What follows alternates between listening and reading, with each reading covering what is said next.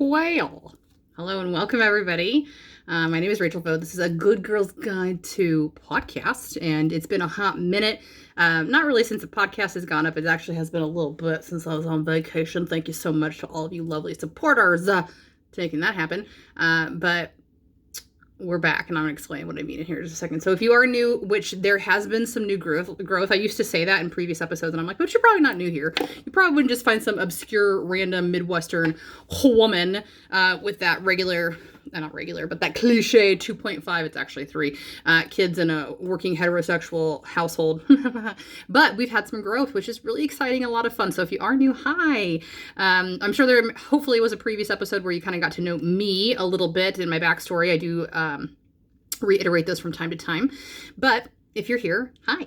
And I'm really grateful that you are. So whether that's because you're looking for some content on developing some positive change in your life, if you're here for some intimacy development, if you're here just for fun or whatever, I thank you very much. And what I do like, if you can, whether it's here, you can do comments on Spotify, or if you're listening through a different platform, you typically can leave comments and things like that. But if you are connected with me on any other social media, like, take this podcast and share it someplace. I mean, even if it's just to tag me, I would absolutely love that. Not only are you a community grower with me, right? But then I can just see that you're participating, and it also helps drive where content goes, because then I know what it is that you're looking for, which is also something I want to talk about today. So there's a link tree in the bio for all the free ways that we can connect, and the more experiential ways we can connect, which is like more one-on-one with you. So whether that's because you're looking for some support or you just need space, then I'm good at that. So thanks. All right. So what I meant earlier about it's been a while for me, because I toot my own horn in the most humble way, had committed really, really heartfully to business this year, knowing that there was going to be a massive change in all of my 10 years of entrepreneurship. So let's talk about that real quick as well. So if you are new, I have been in business for myself for 8 years. I've been self-employed. However, I have been in business with a business basically by myself for 10 years. I'm starting my 11th year, if you can believe that, friends. So yes, I'm really excited and really proud of myself, but mostly just because I've held a job this long. Okay, and it's really not the same job it was 10 years ago, but I digress. It's the same field, and I'm actually still partnering with the same company I started with a long time ago, so there is some nuance to that, I think, okay? 10 years ago, right? And then, like I said, full-time for 8 years, and this year, however, so like when I went full-time 8 years ago, I just need you to know that it was absolutely with the intention to be a full-time entrepreneur. However, I really became a full-time mama and a full-time partner. Because that's what I wanted to be, and I didn't know it. So I can say now, after 11 years, that even in times of turmoil and doubt over this last decade, the path I chose for my business was exactly what I needed to live the life I wanted to live as a parent and as a partner. So I'm so grateful for that. However, this week was the very first week for summer to be officially over, and the kids rolled back into school, and my littlest started full-time school. And I have not had a child in the home for 14 years. 14 years, because in between my biological children, I full-time watched one of my nieces, which again was the experience of a lifetime, but it also meant that I wasn't a full-time entrepreneur. So all of that to say, friends, that we are in the first week celebration of that. Not only am I able to claim, but I am choosing to proclaim my full-time entrepreneurship and getting to see where that goes. So many more hours that I can dedicate to the business, and then find work balance life. So the reason that I brought up the change is that at the beginning of this year, which would have been January 2023, I committed to batch work. So if you're not familiar with batch working, it is a lifesaver, especially for an ADHDer or a part-time business owner. Batch work, and it's good just for efficiency and consistency, whether you're full-time or part-time. But batch work basically is that you just do work in batches. Like, literally, it is what it is. And the reason this works so well for like an ADHDer is because if you haven't caught on to your neurospiciness, one thing that I have found works very consistently for a lot of people who suffer with routine and habits is having high energy days and low energy days. And I'm not going to claim that I made this up. I actually saw it on a TikTok, and I just feel like it aligns with, at least with my energy, that I can't be predictable. And the reason I'm going to take that one step further back, actually, is that I came across a TikTok maybe a year or two ago that really set me free in my scheduling and my commitments. Being self-employed, you might not know that you struggle, or you might know you struggle with fear of money, because like with a corporate job, I didn't even say like what we're talking about today, but I'm just letting you know this is typical of Rachel, right? But this is actually what we're talking about. It's kind of a recap of where I'm at, and the fact that we're in month 9, right? In month 8, it's been 8 months since I've like connected, like through the batch work. That's where I'm going. So I just wanted to kind of clue you in real quick about where this podcast was. Okay, so anyhow, the reason batch work works so well for Rach is because on a high energy day, typically, this would also be the week that you're ovulating if you are somebody who does have a cycle, because you feel powerful, you actually have extra testosterone in your system, so you're probably going to be more productive. I love to do batch work because I can do 5 to 7 days of just work, and I don't want to stop, and I feel really good. And even after I've done work, I have energy to clean the house, and I have energy to hang out with my children, I have energy to be present for my partner. So that's a great work week. It's a great time to do work, and also being able to deconstruct that work is daily. Like it should flow with energies of the week. Okay. So that is really good to know, right? Because on a week, like, the week before a menstruation or the week of menstruation, and men, I know you're like, but what about me? I don't know. I know that, again, through my experience, it's been that men typically cycle 24 hours, and it makes so much sense because a lot of you, majority of you, are able to get up in the morning and get going. Most of you, I think that's probably, again, non-neurotypical people, or that would be neurotypical people. But anyways, you can do your routine, and then you come home, and for a lot of men, you could just hit the head to the bed. I don't think that's the phrase, but then you pass right out. Now, yeah, that's not everybody, and some women can do that, but this is my experience, is that majority in our society fall into these categories, right? So for me, on a day where I have low energy, I'm still going to do the bare minimum things that it takes to make my business be successful and to run a household even. It's not just limited to working. Like, this is all energy, so you don't overcommit to anything. I know that on my lower energy days, I don't really want to coach. Not because I don't want to connect with humans. I actually do want to connect extra with humans. But in my own way, I don't want to be a coach because I don't feel like, energetically speaking, I'm probably in the best space to be able to hold space, right? So batch work is great. On days that I have low energy, I'm not great about not beating myself up about not doing a lot of work for the day, because it doesn't feel normal not to be working, especially if there's nobody else in the house. Like, I have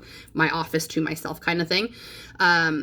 You got to detach from some of that as well, right? But then on low energy days, you can do whatever it is that you need to. I mean, I, again, cannot relate to what men may or may not need, but I know for a lot of women, you just need rest. It's not even that you need to sleep. I had somebody comment on my TikTok or a YouTube video the other day where a guy was like, oh, so the eating bonbons and watching TV cliche is true. And I was like, to an extent, but that's a criticism of domestic labor and running a household in general. That's not giving grace to the week of a bleed for a woman who owns a vulva, or anybody who cycles. So just take that with a grain of salt. Okay. So batch work, that's what I was doing at the beginning of 2023, is that wanting to make sure that I was prepping my business for full time, and wanting to make sure that I was connecting with my clients and maintaining a present figure while figuring out 2 high school lives at the end of a pre-K year, which would have been, at the beginning of 2023. So anyways, just managing life and being able to have a business at the same time. So batch work is great. And so all of that to say, 8 minutes and 45 seconds into this podcast, that I haven't recorded an actual podcast since Q1. It's been at least 6 months since I've sat down to do, look at the last podcast and see how much blonde I had in my hair. And then you can see where the regrowth is now. Now it's August. So I highly recommend batch work. The only fear I had to get out of some batch work, I don't batch work ever. Like, my daily content postings on social media, those are all organic. Number one, I know that, is there music playing someplace? I touched my ear. I don't know if you could hear that, but there was this thing called Linky Box playing on Spotify, because my daughter loves that, so I'm so sorry, but real life moment right there. Okay, so now we have squirreled ourselves out of where the F we were talking about. We're talking batch work. Batch work, lifesaver, right? So what I wanted to do today was an actual check-in, like an up-to-date check-in. Like, when I want to talk about like what I did all summer, I would like to know what you did all summer, okay? But I do want to talk about some revelations that's happened in congruency with growth, and hopefully just maybe some lessons that you may be able to learn. And what's not ironic, of course, is that all of the things that have happened to me, for me, along the way in this last 6 months that I haven't recorded anything. I was talking about daily content. I'm not surprised, because everything happens for a reason, for Rach at least, that this is where I'm sitting at today with some revelations. Okay, so what I was talking about earlier about batch working is that, like, there are some things, like, so you might know this is like other people will actually pay other people to do this, like having personal assistants or virtual assistants that are uploading their content. Eventually, I'd like to get to a place where I have somebody editing my stuff, so that, I mean, that's very time consuming. And it's not that it's not something I don't like to do, but I do think that somebody else could be better at a lot of things for my business. But my business is the epitome of an ADHDer for the last 10 years. That I can chef's kiss as validated my existence and identity with a label. So get over it, Rach. Okay. Anyway. So at the beginning, let's see, I don't even know really. Oh, well, I'll go back to the content one more time. Squirrel moment. Can I give you a spoiler alert that one of the things I'm going to tell you about is that I went back to talk therapy, which was completely necessary for me. And at the year of 37, I do have my, I'm going to air quote, official diagnosis of ADHD because the counselor or therapist that I'm seeing is not a psychiatrist. And so the only way to get your official on the books diagnosis with the potential of seeking medication is to see a psychiatrist. And right now I'm cool with existing with the label, and I'm figuring out how that identifies for me. But that's why I just want it. It's like almost giving myself grace to you in terms of sometimes feeling a little insecure about the squirreliness that is my mind and presentation through my business. However, not only does that connect with people I know very heavily, like that's part of my client base tends to be people who have very similar energetic field, is all that I'm going to say about that. When it comes, we're swirling back to that's original. When it comes to daily content, I don't know if it's about a sense of control, honestly, that I don't want to give control up to somebody else to run my business. The daily content's really intentional. I pick out the clips every single day that go up. I usually have to re-listen to them because I don't necessarily know what, the content was, that snippet of whatever I was capturing at the moment, but I get to re-listen to it, and potentially through a different perspective even. I don't always even remember who I was coaching in the moment, but then I get to be very intentional about how I'm framing this perspective and how I'm uploading it and the captions and the hashtags that will go with it in terms of the people I want it to see. So right now, my daily postings are still me. Those are still for me. They're still for me. There's not any work that I pay out for it right now anyways. However, I'm just talking about batch work. Like, there's some things that I had to get over with batch work that would lead me to feel borderline ingenuine by doing them. And one of those right now is having like a VA do my posting. And so I had to get over, like, what I was concerned with like doing content of podcasting was like, well, what if I film something in January and it's completely out of tone by November if I've uploaded it? So that, combined with the realization I had mentioned previously that I didn't get to because I was a squirrel, right, is like, you can't pre-schedule your energy. Even for ADHDers, this really hit the nail on the head for me, because what I was struggling with is like, why am I not like forecasting work for myself for 6 to 9 months out from now? Like, I would feel more secure if I had stuff on the books 6 to 9 months from now, so that I knew that stuff was coming in. As a self-employed person, you have to get really secure with self. You have to get really secure that money and opportunities are always going to flow in if you want to, by the way. And then you don't have to even, like, I don't schedule work any further out than 60 days right now. Any further out, and that's just like in-home parties that I still do. Like, when I decided to do the podcast filming today, like, I knew I was doing a podcast this week, but I didn't know when it was going to be. And so when the energy felt right to sit down and do the podcast, I wanted to sit down and film the podcast. And so I don't know if you'll be able to align with that, but there was a lot of relief that I gave myself in accepting that I shouldn't pre-schedule my energy that far out, because I won't know how I'll feel.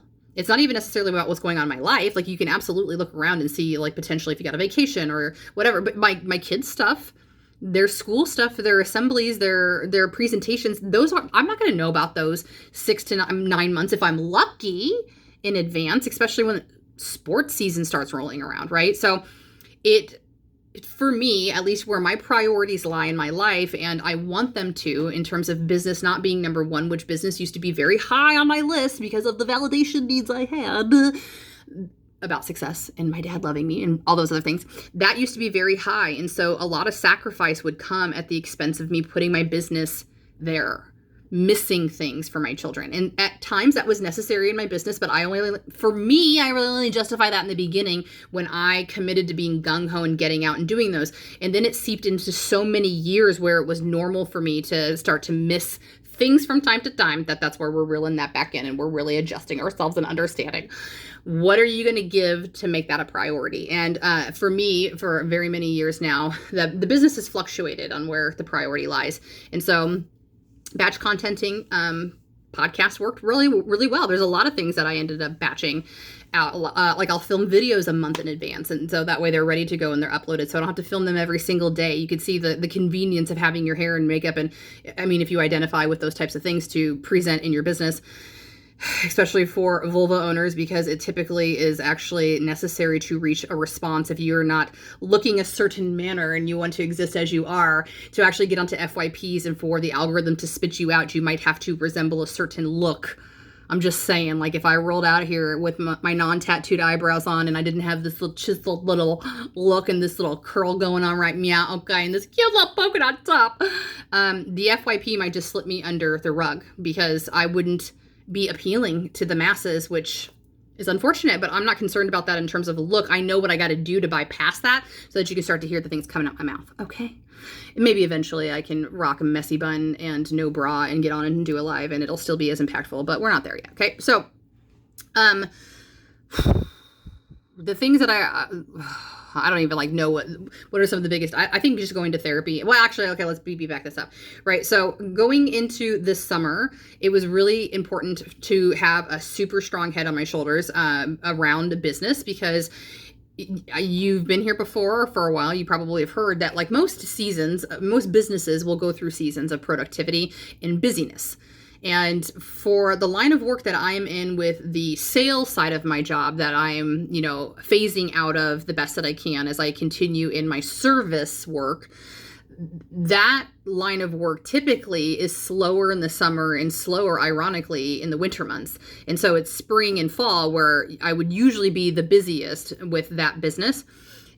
So that creates insecurity, of course, between those other months and so on and so forth. And so luckily, oh, you can't see me, but I'm reaching my hands behind this microphone and this phone because I just want to hug you so tight, friends. That's been through my mindset change about what winter and summer could be for my family and myself financially. To basically discovering what I needed to do to make the shift happen, that wasn't going to be a quote unquote problem for us, right? And so I'm so grateful to say that I just had this revelation the other day, okay, that I went, when I used to be full-time in the party business, I was doing a minimum of 15 parties a month. 15 parties a month doesn't sound that large when you're 4, 8, 12, but you're working 16 days a month at your full-time job anyway, if I did my math right, and I don't do very good math. But I was basically working a full-time job, and that wasn't a problem. I loved what I did, but sometimes I worked 18 nights a month, sometimes more. And sometimes I was doing doubles on Saturdays and doubles on Sundays, and so I was gone for entire weekends, and that was exhausting. That was really tiring, but it was obviously very good money and very good networking. And then when COVID happened, and there was a giant halt in going into other people's homes, when COVID dissipated per se, parties were off the books. Like I didn't have to ask for a party. People were ready to get social. And we did, the necessary means so that everybody felt comfortable as we walked back into homes and communities and other people's environments and things like that. But I went from doing 15 to 18 parties to like maybe 8. And then now in 2023, on average, I'm doing 4 to 5, let's just say 4 to 6. Let's say 4 to 6 a month. And that was difficult because, of course, like to me, less parties meant less money, but it didn't. It started to correlate where my party average was rising. Repeat clients were coming back without necessarily me having to initiate a sale. Thank God.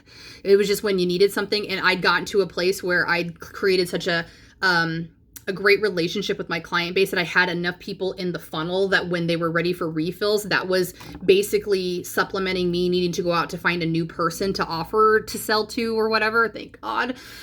So it's weighed itself out. And then with picking up coaching services, that's also picked it out. So I'm watching the scale tip And that's really magical. But having said that, I just knew that this summer I really wanted to be incredibly productive, and I wanted to make sure that I was bringing in what I felt good about in terms of the finances, especially because I prepped my household for 3 vacations this year. And they were all, one of them was a staycation with Tony and I. One of them was a short trip for me with my girlfriends. And then one was a big family vacation. And those 3 happened within 60 days of one another. So that was a pretty big deal. And so that's a lot of time off for a self-employed person. And that's a lot of got to make things happen. And with the help of this wonderful community, because it was my 10-year anniversary in business, we made it happen. It was amazing. But it's the conversation behind the stuff I was putting into work that we need to talk about, because behind the scenes, I was struggling. I've been struggling for a while. I'm not to say that I'm out of the struggle bus woods yet, but I absolutely, I guess I want to talk about it. So I would say that at the beginning of COVID is when this really started to dig its roots. So even though I was like mentally in a great space and business was going really well, so on and so forth, I stopped a lot of the things that I think a lot of people stop when COVID happened. You know, I stopped going to the gym. I started working out at home, but I stopped going to a gym. And then eventually working out at home wasn't the same. So working out fell off, which then correlated to how I was eating. And I stopped going to talk therapy, which was not a correlation to COVID. It was because of a different reason, getting married and changing insurances and stuff like that. So I went into COVID with no therapy, which is one of my best modalities for personal development, healing, everyday life, managing emotions, whatever. But I did have a really good tool belt because I had been going to therapy for the better part of 2 or 3 years, but I went into COVID with just that tool belt with no other additional support. So there was a lot of things that happened, and sitting here where I sit now in 2023, I want to tell you that if you had to put a woo-woo term to it, I went through a second dark night of the soul. And one, I didn't even know this could happen.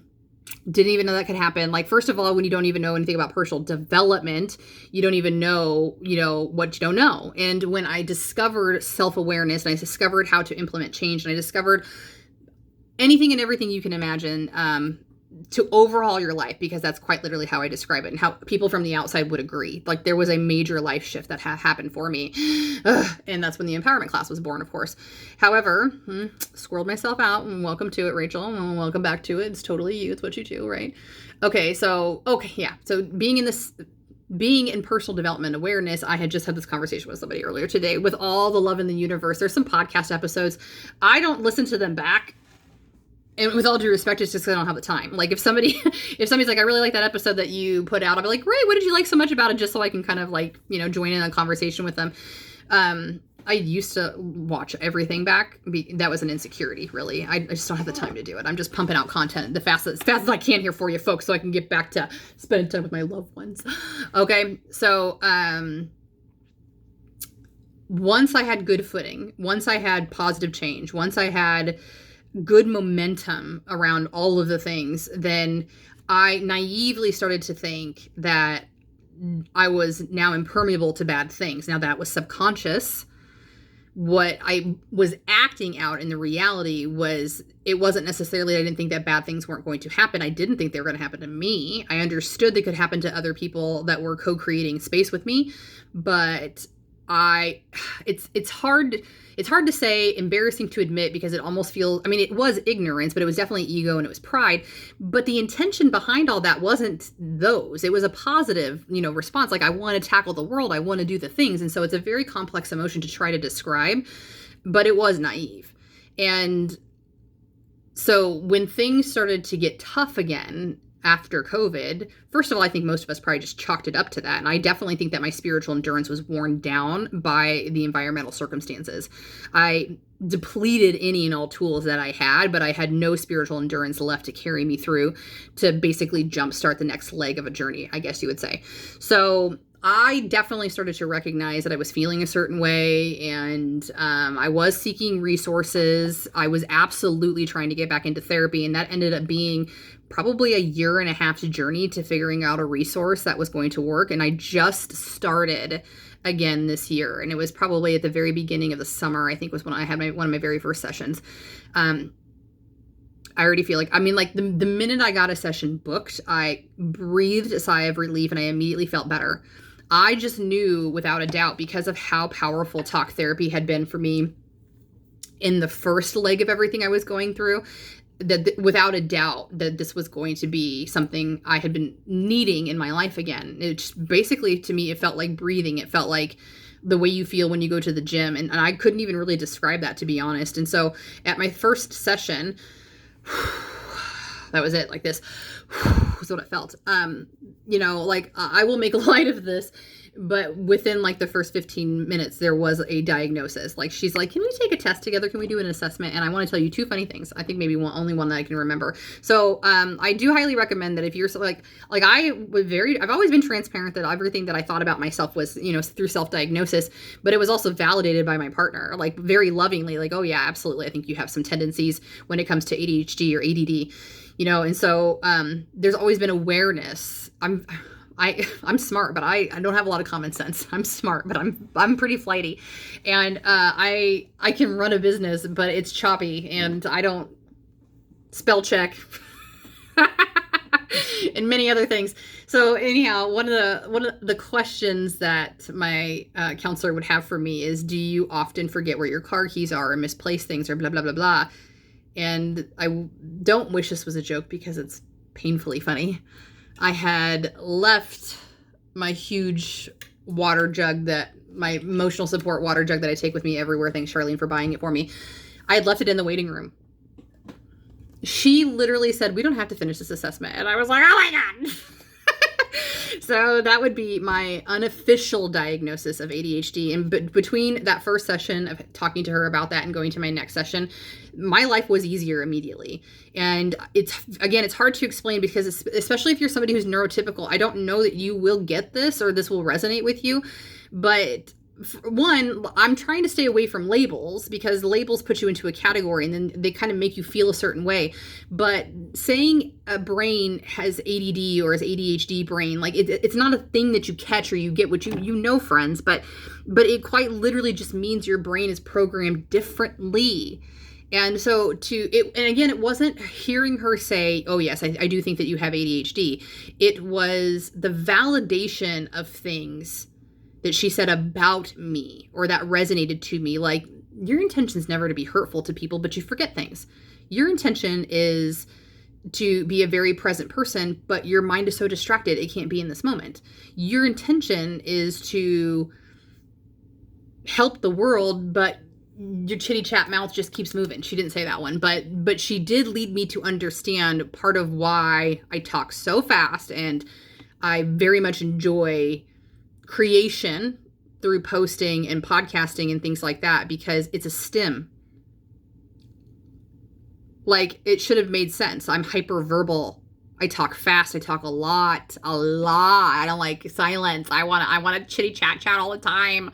It's a stim. So if you do not know what that is, a stim is something that somebody does to self-soothe.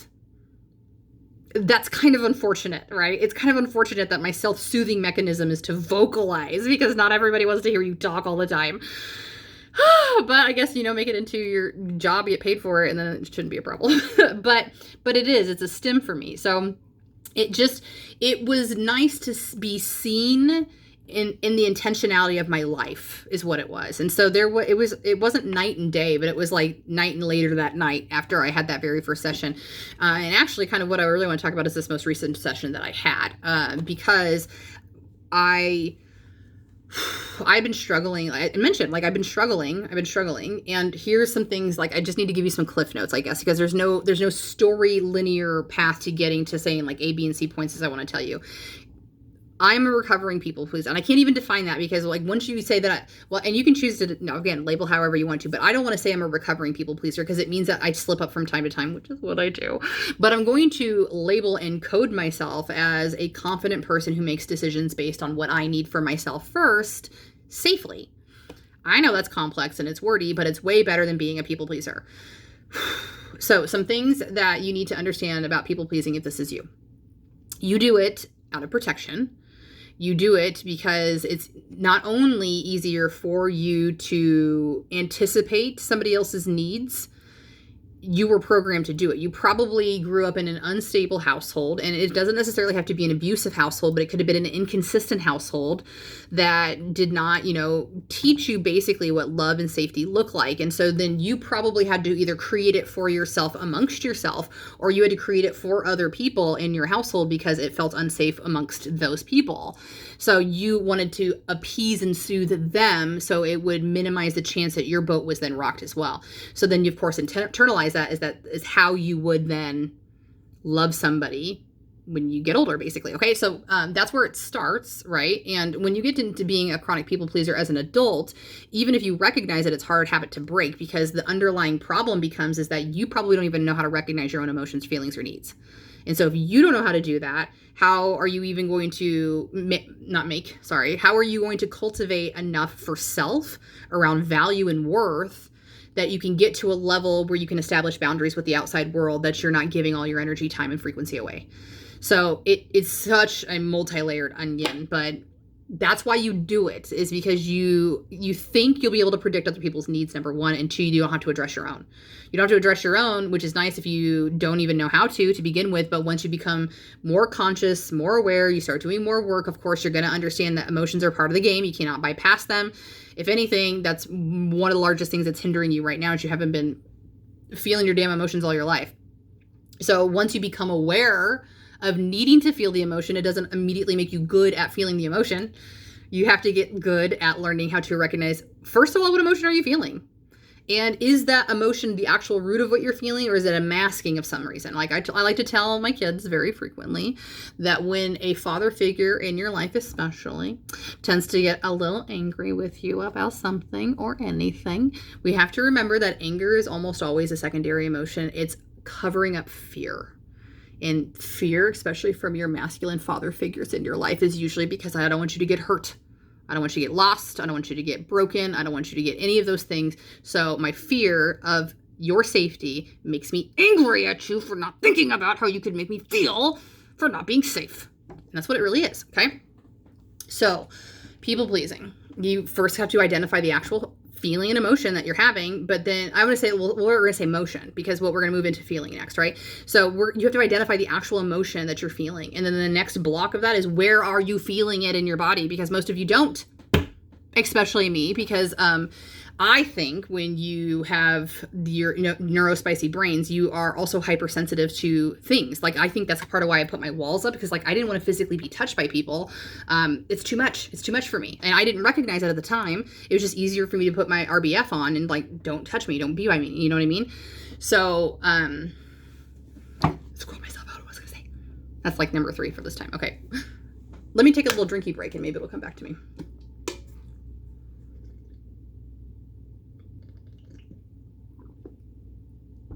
She did not. All right. So anyways, emotion and feeling, right? Feeling it in your body, actually feeling it in your body. So we, as people who have neurospicy brains, probably can't feel it per se in your body. You've detached. And I actually think, can I make this diagram? I think that one of the things that's beautiful about a neurospicy brain, with all due respect, because I can't speak to neurotypical brains, so you can please expand upon your own experience. I'm not saying your experience is wrong. It's probably different, but it's not wrong. I don't know it because it's not my life. But what I feel like as a neurospicy person, what I feel like is I'm gonna make a triangle in front of my face, right? I'm making a triangle in front of my face. When you're neurotypical, it's like mind, body, soul all fit into that triangle. But when you're neurospicy, it's like mind is one triangle, your body is another triangle, and it's like 6 inches above that. And then your spirit is another triangle, which is like 6 inches above that. It's like they all coexist with one another, but they're not aligning into one full piece of shape, So they look like this really dope symbol. But it's like that's why you're scatterbrained. It's because it's like all your pieces aren't exactly together, which is why you feel like your head is always in the clouds, because your body is your physical grounding tool for this game, but your head is up here, and that's why you flighty, okay? And that's why you have a good time. That's why you're high energy. So I believe that there's some correlation to that. There's some correlation to it. So is this resonating? Can you tell me in the comments? Do you feel like any of this is like something that you can be like, oh, I get it. So if you have that separation, like I was trying to visualize, right? If you have that separation, you're feeling your emotions, your emotions are resonating up here in the soul level or even the non-physical level, let's just say that. Those are even usually thoughts too, right? But you've detached from your actual body, then you can't even process to know where that fear is coming from, where this feeling is erupting from. And you would find patterns in those, is that maybe with anxiety, you might find that your heart's going to race and you feel some tightness in your chest. When you're feeling a low vibrational frequency energy, you're probably feeling sluggish and slow. And you might even feel it kind of like in your back or even in your tummy, but not your gut, like in your tummy, right? Like, so you have to get into that. So you go from emotions to feeling, and then to actually processing, because what tends to happen over here in this cycle of the emotional feeling side of it is that it becomes icky. Nobody wants icky. Well, we don't like icky. Like, we like to bitch about icky, but we don't want to feel icky. So we tell everybody our sob stories. I do it too, so that I get it out of me, right? We don't like to feel icky. So we try to grasp for the better feeling almost immediately. And this is where addiction slides in very easily for people, because if you were never taught emotions and feelings, you don't want to feel an icky feeling. So you go to your coping mechanism, and everybody's got a form of addiction. When we were children, we're babies, it's your pacifier, it's your silky blanket, it's your baba, it's whatever you call it, it's whatever you self-soothe around your face. Just like I have a kitten who's like 3 months old, and he finds his favorite little blanket to like make biscuits on, and then he still does it. He's nursing on a blanket, right? He's searching for comfort and safety, because the safest place you've ever come from is the womb. I think I already said that in this one episode, right? So it's important that we understand that when we don't feel a good feeling, if we've never been given permission to feel the bad feeling, stop that crying. Be a man. You cry about everything. God, get over it. Like, any of those messages you might have received about big emotions, when you were a little person who didn't understand those emotions, and then you didn't have a safe space to express those emotions, and then to even navigate those emotions. So you just buried them down deep, and then you were told basically out the outside world that you would not be loved if you showed anything but gratitude and happiness and shiny, happy things. You're allowed to feel bad things. You're supposed to feel bad things. But when you start to feel those bad things and did not get that permission, you're gonna run to your Amazon card and buy something. You're going to run to your cocaine dealer and do a little line, okay? You might call up a complete random stranger or your favorite hookup and just have some sex. You might sip on a little bit of coffee or a lot of coffee, or you might chain smoke a couple of cigarettes, right? Because the change in your body chemistry literally went from didn't feel so good to I feel a little bit better. I feel a little bit better, okay? I really wanted to feel up here, which was unconditional love, but I can't get there because I don't even know how, number one. But I cannot jump from here to here in emotion. Like, you just know that. Nobody can. It's not that easy. You're going to have to climb and get there. So if you're here and you do the thing that self-soothes you and it ends up here, but not where you wanted, it's still way better than here. You know what I mean? So that's how we get there. If we're never conditioned to feel the bad stuff or allow ourselves to feel the bad stuff, understanding that once the bad stuff is actually felt, it's just temporary and it will bypass through you. And then you can, think about children, by the way. Oh my gosh, we just have to go back to those sweet little babies because they're always trying to teach us lessons. If a kiddo falls, if they bruise their knee, if they break their favorite toy, most parents don't do this, by the way, but I'm going to tell you that my experience with my Olivia is that if you just let them feel it, they will get through it faster. If you try to shush them, if you try to tell them that they're wrong, it's going to make them feel a certain way about it. I don't know if you can relate to that, but I have had that in previous experiences with children. Then they're going to be reactive more, typically, right?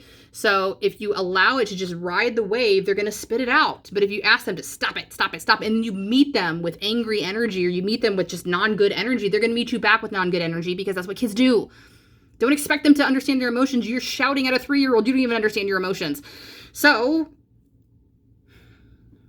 that's the thing, is that we don't know how to feel the emotions. We were never taught how to feel the emotions. And so we're just grasping at straws to trying to feel a little bit better. That's it. So when you get into your adulthood, that's what I was saying is really difficult around understanding you are a chronic people pleaser, because that doesn't solve the problem by having the recognition. That's why labels, quote unquote, shouldn't matter. When I said that, like, I didn't want to get hung up on the fact that I have an ADHD brain, I didn't. It's not an excuse by any way, shape, or form. I still have to be a functioning adult in this society, which is difficult, I tell you what. But it's more about now I can understand self even better. Like, some of the things, again, the very first day that my counselor was helping me to understand about myself was that it was just recognition of the things I'd been fighting for so long because I thought something was wrong with me, that I couldn't get my shit together. Okay, so in adulthood, one of the largest lessons I just picked up yesterday from my session was this, okay? So one of the struggles that I was having in my marriage was basically, well, I mean, can I even get into this like compactly? I don't know. Like I was just having a struggle bus, and the far end of this is I told my therapist, like, the thing that I was really having a hard time with is, like, I had not felt any level of fear about losing my husband until I went through personal development. And I couldn't even understand that correlation on why that would happen. Prior to that, I never had thought about us not being together. It was never a notion in my mind. And the weirder thing after the personal development happened was that ever since that's awakening for myself, there's never been jealousy, there's never been infidelity, there's never been anything even remotely close to any of that. My husband's never told me no, my husband's never not supported me, my husband's never any of the things. Like him and I both know that one of my patterns is the story I'm telling myself, which I'm really good at making up stuff in my head about how he might think, react, or say, even if I've never even mentioned it to him. So I know that, and I'm working on it. But all of that contribution to our relationship, basically. So what was I still feeling lack, I guess, is what I was trying to understand with her.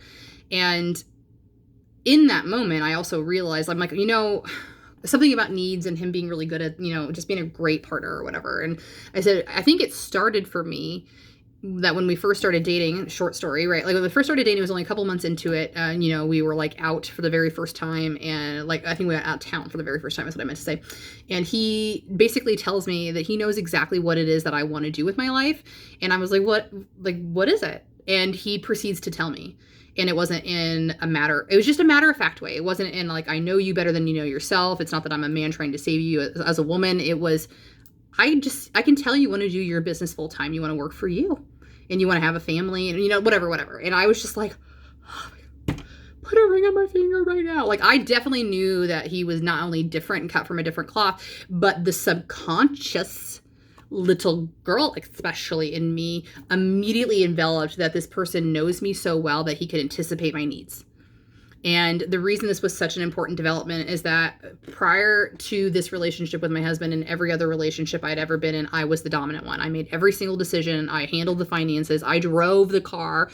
Now, again, granted, this isn't very fair because I had one primary relationship for 12 years, but it still is important because I basically was my father in every previous relationship. And while I'm not being my mom in this relationship, but I was not being my father. I was actually becoming myself, right? Very important that I wasn't becoming my mom. I was being myself. But from that moment of showing me that he could, it's not just me, by the way. I wish I could say that I'm special, but my husband's incredibly intuitive. Like, he can just anticipate people in general. But he would go on, obviously, then to show me several times through the decade we've been together, not only for self, but in other circumstances, especially with our children, to anticipate those needs. And so for me, that just kept compounding and compounding and compounding the expectation that he was going to know what I needed.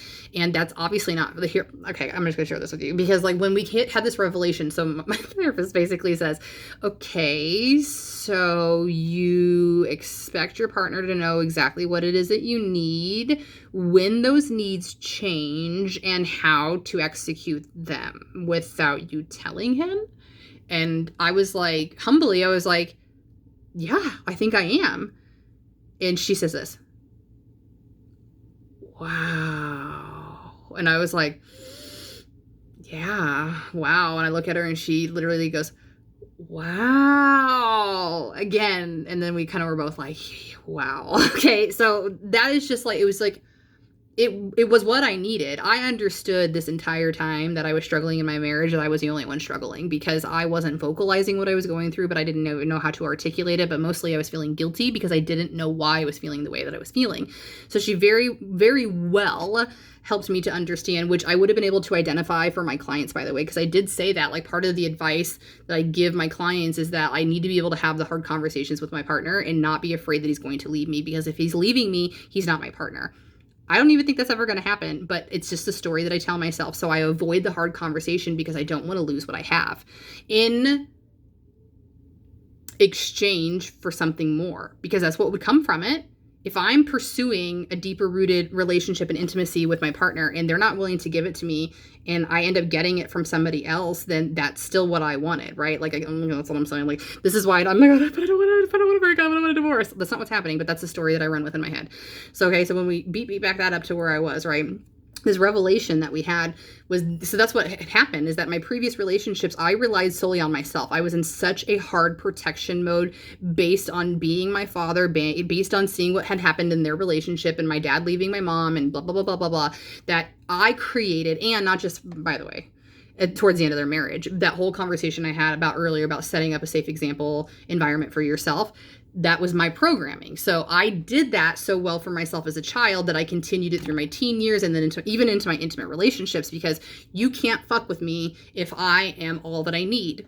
But when I got together with somebody who then gave me rewarded vulnerability, and I actually grew in that relationship, I started to quite literally get everything I'd ever wanted in life. I put so much onto my husband to then be that person, the person I had been for myself. And I could do it because anytime that a need changed, I knew what that need needed to be, right? So I could just take care of it. But for him, not understanding that my needs had changed, and maybe not had changed, but even what I needed, I wasn't vocalizing that. I was just making the assumption that my partner, because he had done it on more than one occasion, would be able to do it 100% of the time. Wow. Now, the reason I really want to talk about that, and by the way, the further point to that is that, like, a lot of the stuff that I was suffering in silence about is the chronic people pleaser in me, because I'm walking on eggshells around my client, he's not my client. I'm walking on eggshells around my husband when he doesn't even need me to or know that I am, because the chronic people pleasing in me is that I don't want to stir up a hard conversation, even if he would never even think it was hard, but it's hard for me. It's hard for me, and I don't do uncomfortability. So I'm going to bypass all of that and just keep the peace between the two of us, so things are just hunky-dory. They're status quo. Oh my God. The sense of relief, though, when I left that session, I tell you what, like, it was just like, it was what I needed to hear. I understood that it was not him. I understood that my pattern is the story that I'm telling myself. I understood that there was a block somewhere that I didn't know why I was feeling a lack when I shouldn't be feeling a lack. I was feeling guilty for feeling the lack. So here we are. I'm feeling much better today, and I'm so grateful for my husband, and I can express that and, really see the true amount that he contributes. And if I could just summarize that whole scenario there, which is not new, I'll say it again, that unverbalized expectations lead to resentment. So that's exactly what I was doing to myself, is that I wasn't vocalizing my own needs, even when I knew that they had changed and shifted, and then blaming my partner for not being a mind reader. So that's pretty cool. But that's the biggest lesson I think that so far to date that I wanted to give to you. That was probably 2 or 3 lessons in this episode, right? Was that you cannot pre-schedule your energy. You should absolutely work towards getting a diagnosis if you think you might be ADHD. I shouldn't say absolutely, because maybe you don't need that. Maybe you're high functioning ADHD, but actually, yes. So, and the third thing was, chronic people pleasing, and then how in a great relationship you can still be self-sabotaging, because that's what I was doing in a fantastic relationship, like the epitome of a relationship. Like, this is the best thing I've ever been in. So what the fuck am I fucking it up? Because if I can self-sabotage it, I leave him before he leaves me, then it won't be unpredictable pain when he does leave me. That's a little ego brain that's working out for you. Okay. So, I said that I had one more thing that I really wanted to leave you with, and now I don't remember. This is such a surprise, I'm sure. Okay. But we can get ready to wrap it up. If it comes back to me, it comes back to me for sure. But, I am super excited. I hope you had a good time hanging out with me today. I hope you're sharing it with your friends. I hope you're finding other ways to connect with me. And, I hope you got something from today. Really, that's what I definitely am hoping for. So tune in next time for the next upload. We will be having some guests come back. I have some people from the beginning of Q1 that I was going to batch some podcast episodes with, but didn't ever get to it. So we've got at least 3 or 4 people who are going to be coming on the show to talk about their life experiences and how they can contribute hopefully to yours, or at least some visibility in what your identity might be, so you can see yourself living your best life as well. So this was fantastic for me. I hope, I've already repeated myself, that I hope that you got something out of it too. But thanks for being here, and thanks for listening, really. All right. So the link tree is always in somewhere that you can follow and connect in many, many other ways. And from the bottom of my heart, it means everything that you gave me an opportunity to be in some space with you. I hope that you found some value from this, and that we'll see you at another time, basically. All right. So thanks for being here. Have a great day. I love your face. Bye. Oh, it's been so long that I usually wrap it up with stay happy, stay healthy, and wash your hands. There we go. Bye-bye.